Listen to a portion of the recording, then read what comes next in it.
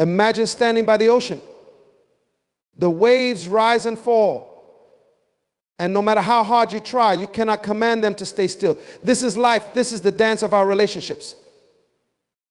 We try to hold on to control, to mold what we experience into something permanent, but life moves like the ocean's tide, indifferent to our desires. So how do we learn to detach without becoming cold, without closing our hearts? Here are 5 rules that guide us in this art of letting go, an art that frees both the heart and the soul. The first rule is to embrace the impermanence of all things. Every connection, every moment is like a fleeting breeze. It comes, it stays for a time, and then it drifts away. If we resist this truth, we suffer. So let us learn to see relationships as waves. They rise, they break, and then they retreat. In doing so, we honor them as they are rather than as what we wish them to be. We often tie our happiness to how we expect others to act, to what we hope relationships will bring us, but expectations are chains that bind us to disappointment. When we release them, we free ourselves and others from the burdens of our hopes. People aren't ours to control, and relationships at their core are not about fulfillment of our desires. They are about experience, shared moments, and mutual growth. Detaching emotionally begins when we stop expecting people to meet our needs. It's easy to entwine our identity with those we care for. I am a lover, I am a friend. These become definitions of who we are. But when we define ourselves through others, we lose the essence of our own being. Detach from the storylines you've written for yourself. You are not the roles you play in someone else's life. You are something far more expansive. Your soul does not belong to any relationship. It belongs to the universe. Mindfulness teaches us to observe without judgment. When feelings of attachment arise, watch them as though they were clouds passing through a wide open sky. Don't resist, but also don't cling. Feelings are visitors, not permanent residents. By practicing mindfulness, we learn to sit with our emotions, observe them, and let them go. It's this awareness that allows detachment to be not a cold act, but a compassionate one. Letting go doesn't mean pushing away. It means accepting the nature of things, allowing them to come and go as they will. It means allowing someone to exist freely without needing them to fill an empty space within you. In letting go, you're not abandoning, but rather you're embracing a greater truth, the freedom to love without ownership, the grace to care without controlling, and the wisdom to understand that detachment is not the end of love, but the beginning of inner peace. In the end, emotional detachment isn't about severing connections. It's about loosening the grip of attachment. It's about seeing relationships as part of the flow of life, not as possessions to cling to. When we detach, we don't lose love. We transform it into something deeper, more profound, and more liberating.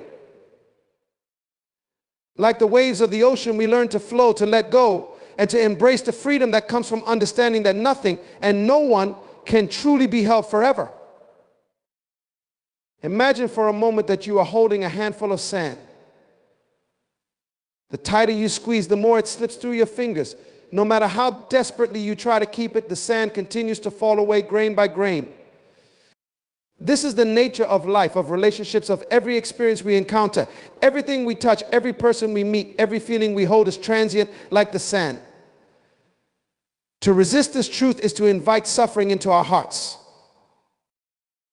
It's not easy to accept that nothing lasts forever. We are wired to cling to the things that bring us joy, to the people who make us feel loved, to the moments that make us feel alive. But to cling is to misunderstand the essence of life itself. Life is not static. It is a river, constantly moving, constantly changing. The very act of holding on too tightly causes the pain we so desperately wish to avoid. In truth, nothing is truly lost because nothing was ever meant to stay. Relationships are not possessions, they are experiences. Each one, no matter how brief or long, serves a purpose in our lives. Perhaps it teaches us something, perhaps it opens our hearts, or perhaps it shows us a reflection of ourselves. But no matter what form it takes, it is part of the great dance of impermanence. To accept impermanence is not to resign ourselves to loss, but to embrace the beauty of each moment as it comes. It is to love without fear of the end, to live without fear of change. This understanding brings a quiet freedom. We learn to stop grasping at things that are meant to pass and instead appreciate their presence while they are with us. We begin to see that it is not the permanence of a relationship that gives it value. but the depth of our experience in the time we share. Letting go of the need for things to last forever allows us to be fully present. We stop worrying about the future or longing for the past, and we immerse ourselves in the now. This is where true peace lies, in the acceptance that everything, by its very nature, will one day dissolve back into the great flow of life. And this is not something to mourn, but something to celebrate. The waves of the ocean do not lament when they return to the sea, and neither should we mourn the changes in our lives. Just as the tide rises and falls, so too do the people and experiences in our world. In accepting this rhythm, we find that detachment is not a closing of the heart, but a widening of it. We learn to love with open hands, knowing that what comes will come and what goes will go, and that our peace does not depend on holding on to anything forever. In this acceptance, we find a profound serenity. We become less attached to outcomes, less fearful of endings, and more aligned with the natural flow of life. The fleeting nature of existence becomes a source of beauty, not sorrow. And in this space, we are free to love, to experience, and to let go, all with grace. Expectations are like invisible strings that bind us to the people and circumstances in our lives. We often don't realize how tightly we hold these strings, expecting others to behave a certain way, to fulfill our desires, to give us what we think we need. But the tighter we cling to these expectations, the more we set ourselves up for disappointment and frustration. Life and the people in it rarely unfold according to the plans we create in our minds. We all carry expectations, both big and small. We expect loved ones to understand us, friends to be there when we need them, and situations to turn out in our favor. But when people don't act in accordance with these unspoken rules we've set, we feel betrayed or let down. And often it's not because they've wronged us, but because we place the burden of our own happiness on their shoulders. To release expectations is to release the need for control. It is to recognize that other people are not here to fulfill our desires or to meet our needs. They are on their own journeys, living their own experiences, and we cannot shape them to fit our mold. When we cling to expectations, we are trying to shape the world according to our will, but the world moves freely, unaffected by our personal wants. This release doesn't mean we stop caring for others or that we abandon hope in our relationships. It simply means we let go of the rigid belief that things must unfold in a certain way for us to be happy. When we stop expecting, we begin to see others for who they truly are, not as projections of what we want them to be. We open ourselves to accepting people in their full complexity without trying to force them into roles they may never fit. In this letting go, we find freedom for ourselves and for those around us. We free ourselves from the constant disappointment that comes from unmet expectations, and we free others from the pressure to be something they are not. The relationships in turn become more authentic. We are no longer trying to change or fix people to meet our needs. Instead, we learn to appreciate them as they are, with all their flaws and virtues. The act of releasing expectations also allows us to experience life with a sense of openness. We stop clinging to specific outcomes and begin to embrace whatever unfolds. Life becomes less about achieving specific goals or reaching defined destinations and more about experiencing the journey itself. We learn to trust the process, knowing that things may not go as we envisioned, but that they will unfold as they are meant to. When we release expectations, we step into a space of acceptance. We accept that not everything will go according to plan, that not everyone will act the way we want them to, and that this is perfectly fine. In fact, it is a gift. By letting go, we create space for life to surprise us, to bring us experiences and connections we might never have imagined. We allow others to be who they are, and in doing so, we allow ourselves to be free from the chains of control and the burden of always seeking what we think we need. Ultimately, to release expectations is to surrender to the flow of life. It is to recognize that peace doesn't come from controlling outcomes, but from accepting them as they are. This doesn't mean we stop dreaming or hoping, but we hold our desires with a light touch, knowing that whatever comes our way will come in its own time and in its own form. In this release, we find that life becomes not a series of disappointments, but a series of gifts, each moment unfolding exactly as it should, in perfect harmony with the greater rhythm of existence. In the course of our lives, we often construct our identities around the roles we play and the relationships we hold dear. We become the partner, the friend, the caregiver, the person who is loved or depended upon. These identities feel solid and comforting because they give us a sense of place and purpose in the world. Yet there's a quiet danger in this. We begin to believe that we are these roles. We forget that beneath these layers there is a deeper self unbound by the labels and identities we adopt. Attachment to identity is subtle but powerful. It happens when we start defining ourselves through our connections with others. I am significant because I am loved by this person, or I matter because I am needed in this relationship. While these thoughts bring comfort, they also tether us to a fragile sense of self, one that is dependent on external validation. The problem arises when relationships shift or end, and the roles we've played no longer fit. Without realizing it, we may feel lost, as if a part of ourselves has been taken away. But our true essence is not confined to these roles. Who we are is far more expansive than the identities we wear in the world. The roles we play are temporary, fluid, and ever-changing. But the self, the pure awareness beneath all these layers, remains constant. It is untouched by the coming and going of relationships. When we overly attach to a role, we trap ourselves in a narrow view of existence. We become the actor who believes they are the character, forgetting that they can step off the stage at any moment and still be whole. Non-attachment to identity invites us to loosen our grip on these labels. It asks us to look beyond the surface of who we think we are and connect with the deeper essence within us. This does not mean we stop being partners, friends, or caregivers. It means we recognize these roles as part of our experience, but not as the totality of our being. We can engage fully in relationships without losing ourselves in them. When we detach from the identities tied to our relationships, we allow ourselves to flow more freely through life's changes. The end of a relationship no longer feels like the loss of self, but simply the end of one chapter in our ever-evolving story. We remain grounded in the awareness that we are complete, whether we are in a relationship or not. Our worth is not tied to how others see us or how we fit into their lives. It resides in our own being, in the quiet center of our existence that remains unchanged by the shifting sands of circumstance. This detachment from identity also brings a profound sense of freedom. We no longer feel the need to cling to relationships out of fear that we will lose ourselves if they end. We are no longer bound by the expectations of others or the roles we think we must play to be valued. Instead, we can move through the world with a sense of openness and ease, knowing that we are free to be ourselves in any situation, in any relationship, without needing to be defined by it. In this way, non-attachment to identity does not diminish the depth of our connections with others.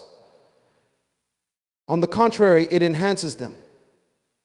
When we are not clinging to a role or a label, we can engage with people more authentically. We no longer need them to validate who we are, which allows us to love them more freely without the weight of expectations or the fear of losing ourselves in the process. Ultimately, non-attachment to identity is about recognizing the fluidity of life and the impermanence of all the labels we wear. It is about understanding that who we are is not defined by our relationships, our roles, or the stories we tell ourselves. We are the awareness that experiences all of these things yet remains beyond them. In this recognition, we find true liberation and freedom that allows us to engage fully in the dance of life, knowing that we are always whole, no matter what role we may play. In our fast-paced lives, we often find ourselves swept up by emotions, thoughts, and the constant pull of distractions. We react to situations without truly understanding them, driven by patterns and habits that keep us tethered to stress and attachment. Mindfulness is the practice of stepping out of this whirlwind. It is the art of being present, fully immersed in the moment with an open awareness that observes without judgment.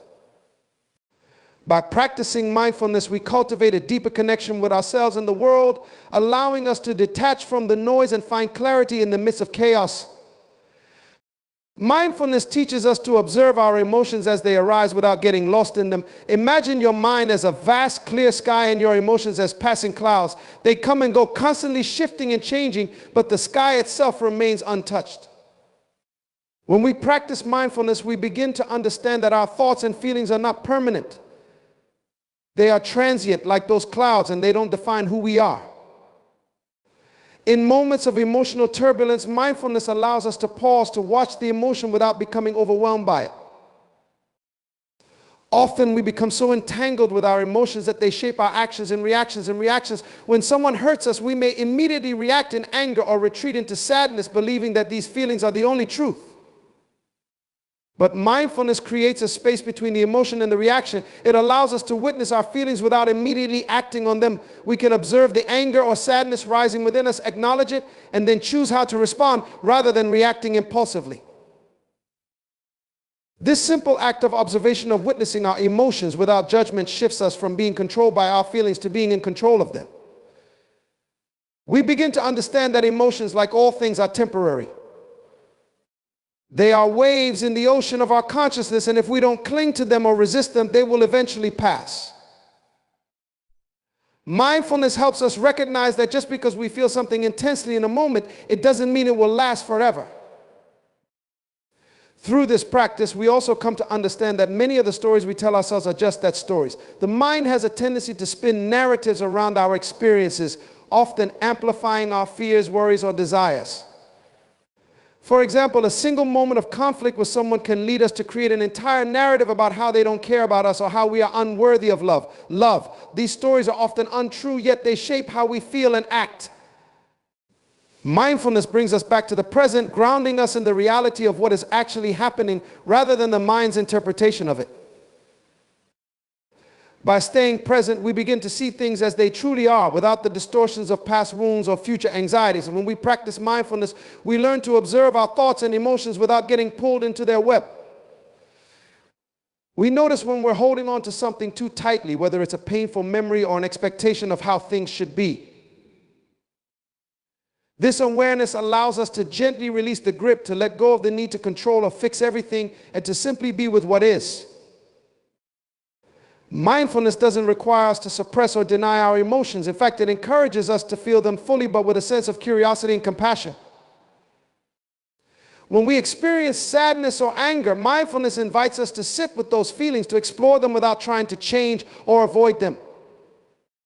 In doing so, we often discover that beneath the surface, our emotions hold valuable insights about ourselves. We learn that it's okay to feel, but that we don't have to be ruled by those feelings.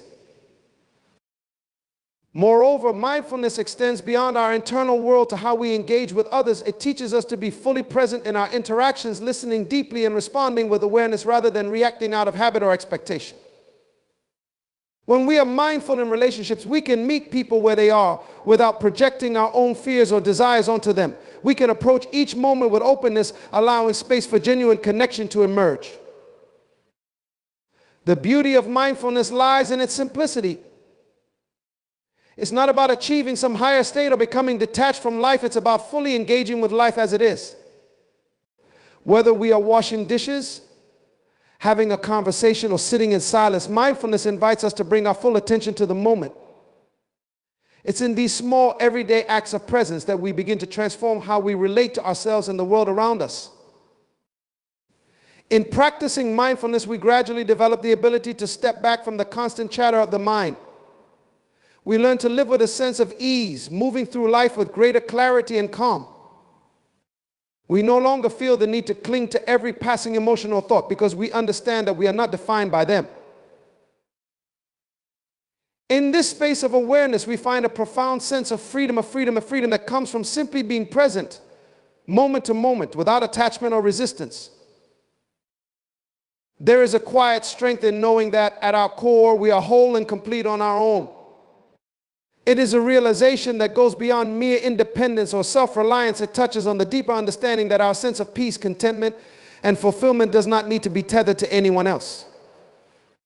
Too often we look to others to fill the gaps in our lives, seeking comfort, validation, or happiness from relationships, believing that we need someone else to make us feel complete.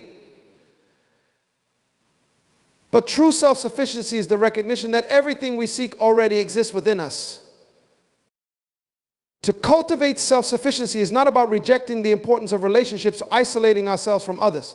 Rather, it is about learning to stand firmly in our own being, knowing that our inner world is rich enough to sustain us, no matter what external circumstances arise. When we become self-sufficient, we stop placing the weight of our emotional well-being in the hands of others.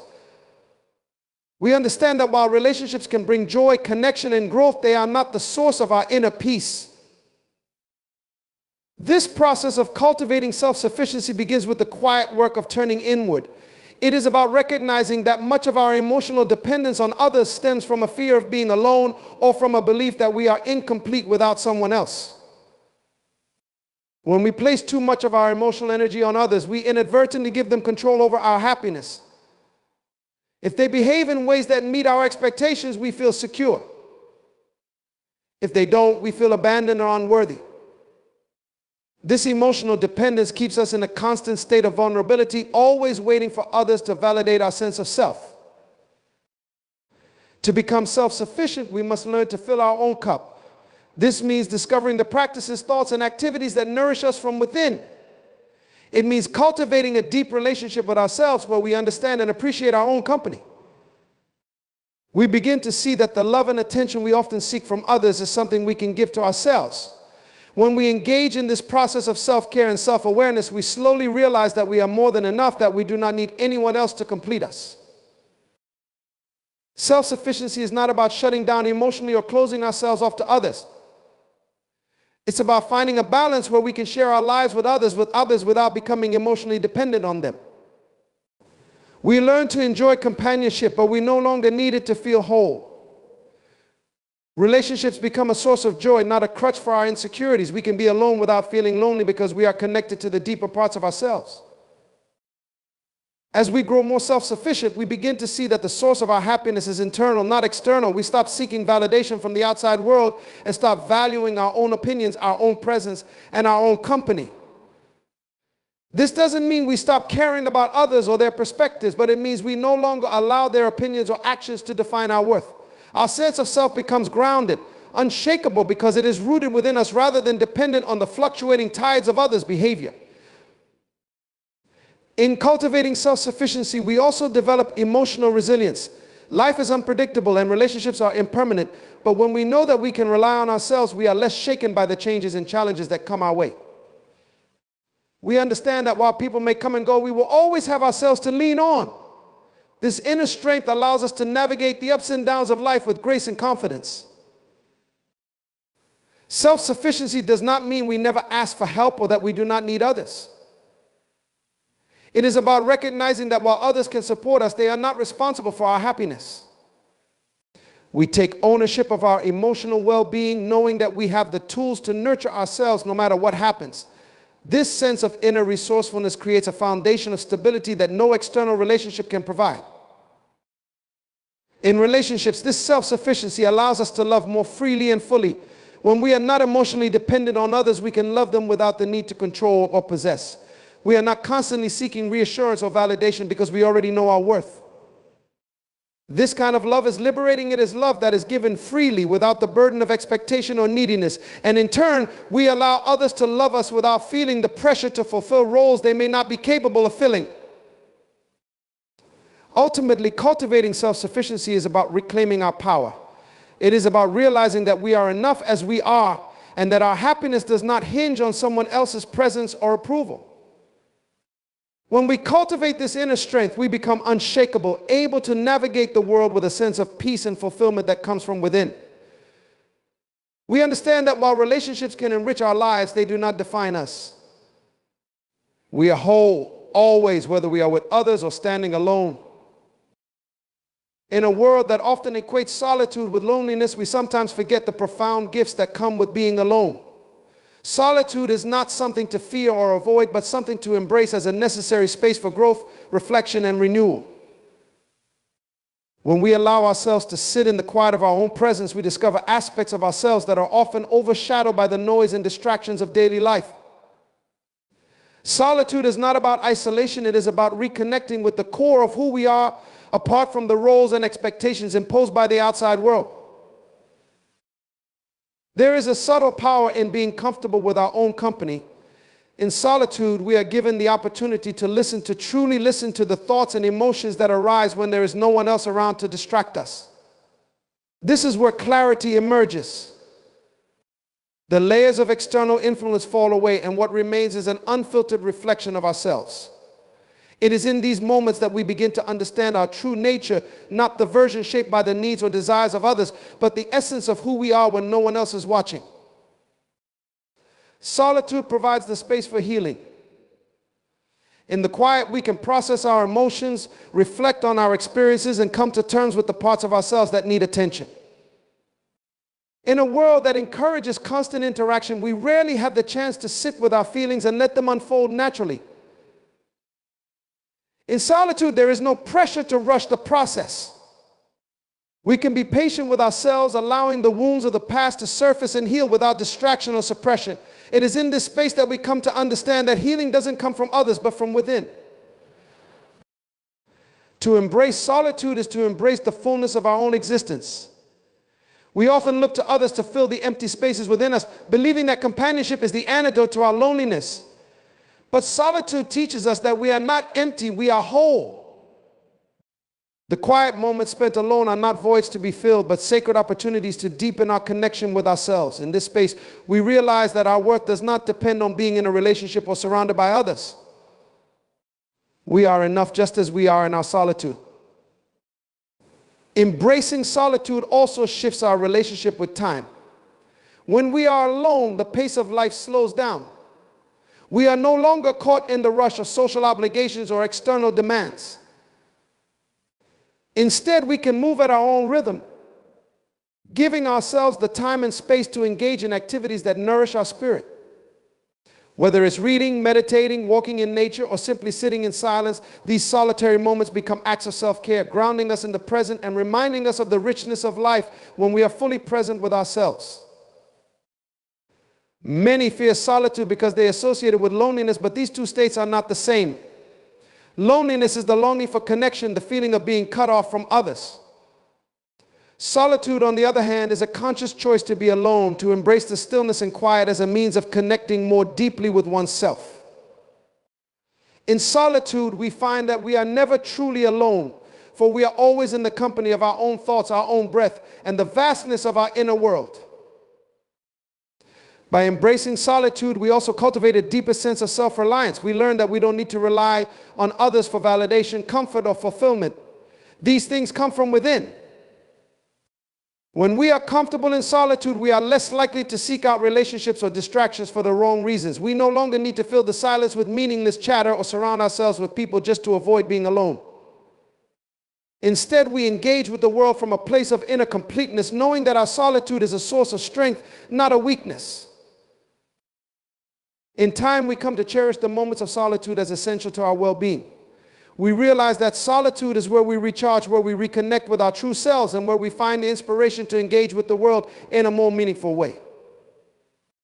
It is a space for creativity, introspection, and peace. And when we return to the company of others, we do so with a deeper understanding of ourselves and a greater appreciation for the richness of both solitude and connection. Ultimately, embracing solitude is about embracing ourselves. It is about finding peace in our own presence and recognizing that we are whole and complete with or without others. In solitude, we meet ourselves in the truest sense, and from this place of self-understanding, we can move through life with a sense of freedom and fulfillment that is not dependent on anyone or anything outside of us. Solitude becomes not a place of isolation, but a sanctuary, a sacred space where we discover the vastness of our inner world and the quiet joy of simply being. Compassion is the open-hearted desire to care for and support others, but it becomes complicated when it transforms into attachment. We often confuse loving someone deeply with the need to hold on tightly, to make sure they fit into our vision of how things should be. Compassion, in its truest form, is love without the strings of control or possession. It is the ability to care for another person without being consumed by the need to change them, to keep them close, or to prevent them from experiencing their own path, even when that path leads away from us. When we cling to others, we turn our love into something conditional. We expect them to meet our needs, to stay in our lives, to act in ways that make us feel secure. But true compassion is not about fulfilling our desires. It's about seeing the other person for who they are, not for who we want them to be. It's about respecting their journey, even if it leads them in directions that are difficult for us to accept. Compassion, when it is free from clinging, allows us to love someone completely while still giving them the space to grow, to change, and to walk their own path. To practice compassion without clinging, we must first learn to release the fear of loss. The root of clinging often lies in our fear that if we do not hold on tightly, we will lose something or someone essential to our happiness. But this fear is based on the illusion that others are responsible for our emotional well-being.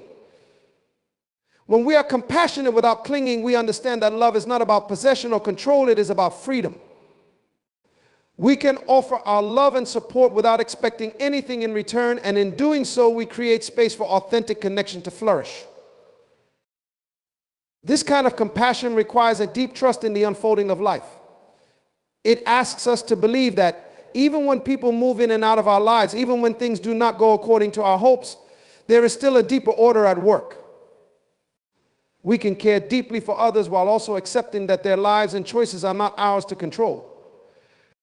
Compassion without clinging means recognizing that we are not responsible for saving or fixing anyone, that each person has their own path to walk, and sometimes that path may diverge from our own. In this space of non-clinging, relationships become more fluid and natural. We can love without the pressure of trying to hold on. We can offer help without the need for recognition or reciprocation. Compassion becomes an expression of our own fullness, not a strategy to fill a void within ourselves. And because we are not grasping or clinging, the love we give becomes more expansive, more freeing for both ourselves and the people we care about. Compassion without clinging also allows us to remain present in our relationships. Often when we cling, we are focused on the future, on keeping the relationship intact, on ensuring that the person stays in our life in a certain way. But in doing so, we miss the beauty of the present moment. When we release the need to control the outcome, we can fully experience the connection as it is right now without the burden of expectations. We can listen more deeply, love more freely, and appreciate the moments we share without trying to extend them beyond their natural course. This form of compassion also extends inward toward ourselves. Just as we must practice non-clinging with others, we must learn to offer ourselves the same gentle, non-possessive love.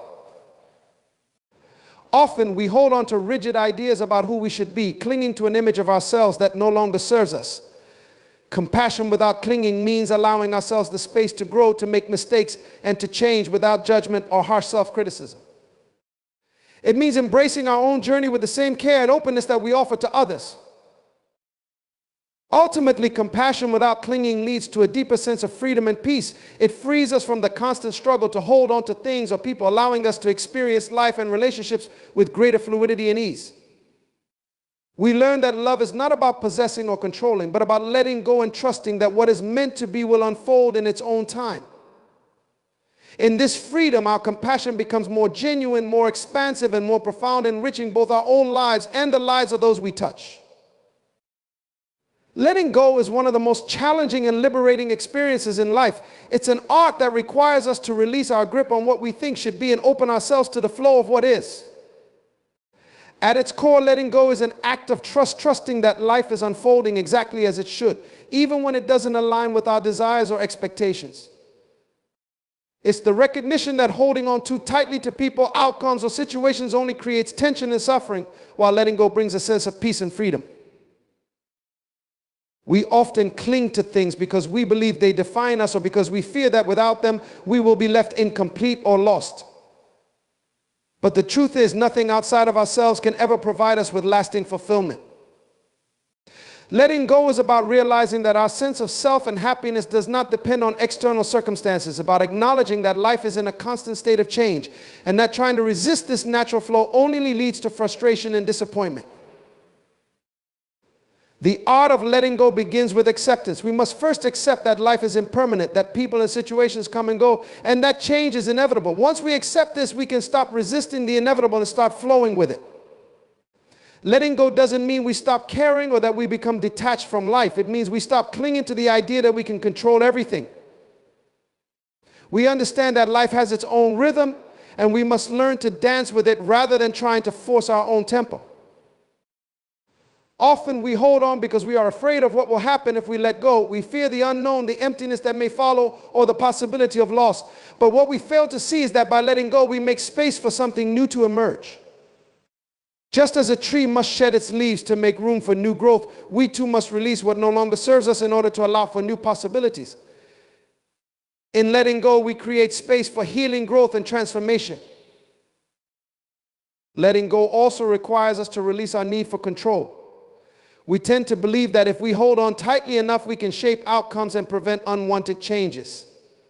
But this desire for control is an illusion. Life cannot be controlled or predicted, it can only be experienced. When we let go of the need to control, we surrender to the present moment, allowing things to unfold as they are meant to. This surrender is not a sign of weakness, but of strength. It takes courage to release our grip and trust in the process of life. Letting go is not a one-time event, but an ongoing practice. It is something we must do again and again each time we feel the pull of attachment or the need to control. It's about releasing our expectations of how things should be and embracing what is. In relationships, it means allowing people to be who they are without trying to mold them to fit our ideals. In life, it means releasing our attachment to specific outcomes and trusting that whatever unfolds will ultimately serve our growth. As we master the art of letting go, we begin to see that what we fear losing is often not as essential as we imagine.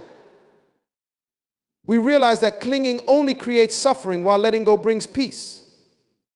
We discover that we are not defined by our attachments and that our true strength lies in our ability to adapt, to release, and to trust in the natural flow of life. Letting go allows us to experience life with greater ease, moving with the currents rather than against them. Ultimately, letting go is an act of love both for ourselves and for others. It is an expression of faith in life's inherent wisdom, a recognition that we do not need to hold on so tightly in order to be safe or happy. By letting go, we give ourselves the freedom to live fully in the present, unburdened by the weight of past attachments or future expectations. We learn to trust that whatever is meant for us will come, and whatever is not will pass, leaving us lighter, freer, and more at peace. In the journey of emotional detachment, we come to realize that true freedom lies not in controlling or clinging, but in allowing life and relationships to flow naturally. By embracing impermanence, releasing expectations, and practicing mindfulness, we free ourselves from the burden of attachment. Cultivating self-sufficiency and embracing solitude teaches us that our well-being is not dependent on others, while compassion without clinging allows us to love deeply without possession. Finally, the art of letting go brings a profound sense of peace, reminding us that life is a dance of change and transformation. In learning to let go, we find not only emotional liberation, but a deeper connection to ourselves and the world around us. The beauty of life is not in holding tight, but in the graceful act of releasing, trusting that in every ending there is a new beginning.